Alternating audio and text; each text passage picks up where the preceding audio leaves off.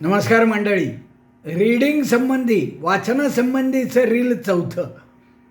हा short reel अशासाठी केला आहे की आपण ज्ञानेश्वरी वाचतोय, बरेच जण आनंद घेत आहेत, मी जास्ती आनंद घेतोय, तो शब्द लोकांपर्यंत पोचतोय. तर त्याच्या संबंधी आणि दुसरं एक वाचन आहे, त्याच्या संबंधी काय कौतुक झालं आहे मी तिसऱ्या रीलमध्ये सांगितलं. कौतुक कोणाला आवडत नाही, मलाही आवडतं, पण अहंकार होऊ द्यायचा नाही हे मी ठरवलं आहे.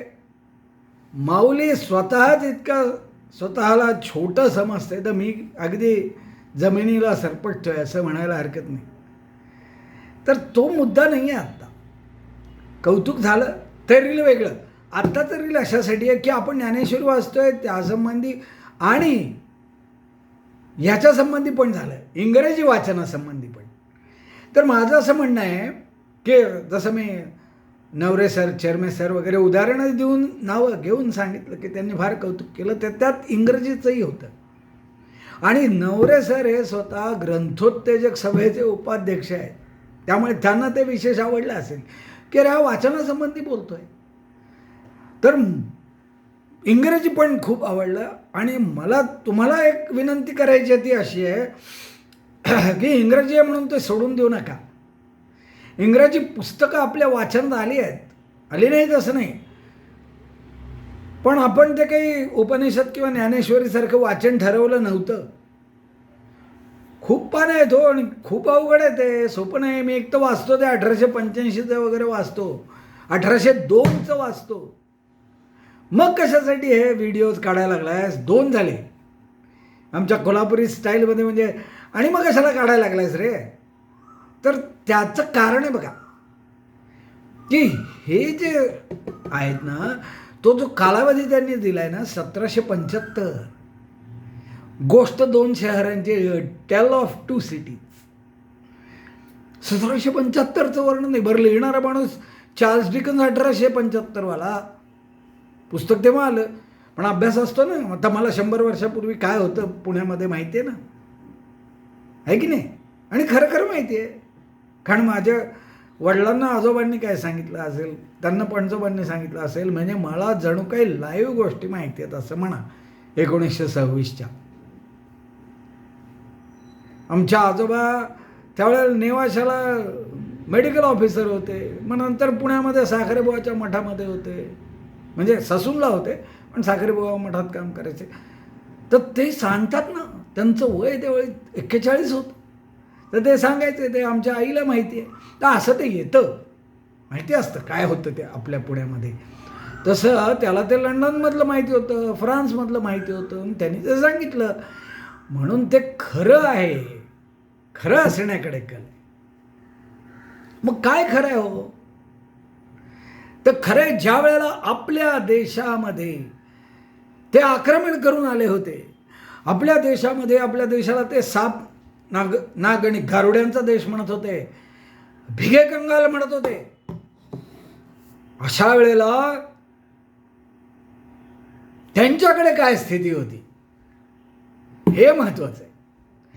त्यांच्याकडे काय स्थिती होती हे वर्णन त्या टेल ऑफ 2 सिटीजमध्ये आहे. आधी लंडनचं आहे, मग पॅरिसचं आहे. पॅरिसमध्ये काय क्रांती उगीच झाली, सगळं छान छान होतं म्हणून झाली? नाही.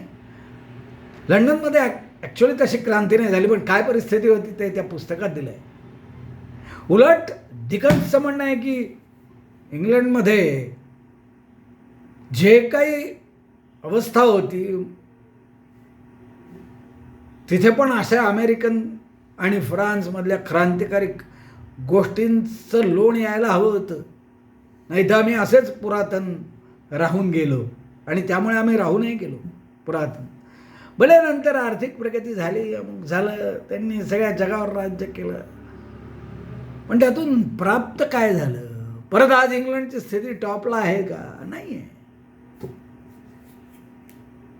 त्यांनी शब्दशः ख्रिश्चॅनिटी घेतली आहे अजूनही, ते सेक्युलर होऊ शकले नाही. तसं आम्ही पण हिंदू राष्ट्र व्हायला चाललो आहे, तेही तितकंसं काही बरोबर नाही आहे. विषयांतर होते, पण स्थिती नव्हती, भयानक परिस्थिती होती. तरीसुद्धा हे युरोपियन लोक आम्हाला नावं ठेवत होते, वाईट म्हणत होते. हे दाखवण्यासाठी मी वाचतोय, नाही तर शेकडो पानं आहेत हो. आणि कळायला काय अवघड आहे. सारखं मी ह्याच्यात चॅटजीपीटीचा वापर केला आहे, ज्ञानेश्वरीत नाही केला. चॅटजीपीटीचा वापर ह्याच्यात केला आहे, माहिती घेतली आहे सोबत आहे. तर इंग्रजीमध्ये आहे, पण तरी सोप्या इंग्रजीत आहे, त्यामुळे सोडू नका, वाचा.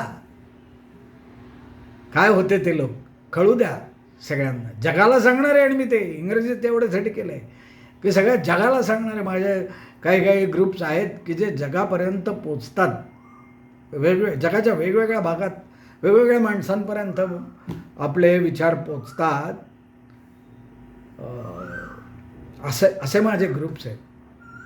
तर तिथे पोचणार आहे म्हणून ते इंग्रजीत केलं आहे.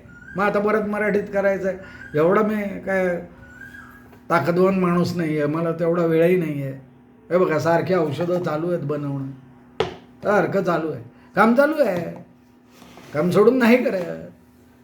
तर त्यामुळे परवाचा सुद्धा व्हिडिओचा आळस केला. 20 मिनिटाचा आहे तो, अपलोड झाल्यावर काही नीट व्हिडिओ दिसत नाही, आवाज मात्र स्पष्ट येतोय. जाऊ दे म्हटलं, आवाज येतोय ना, बस झालं, चेहरा दिसलाच पाहिजे असं नाही.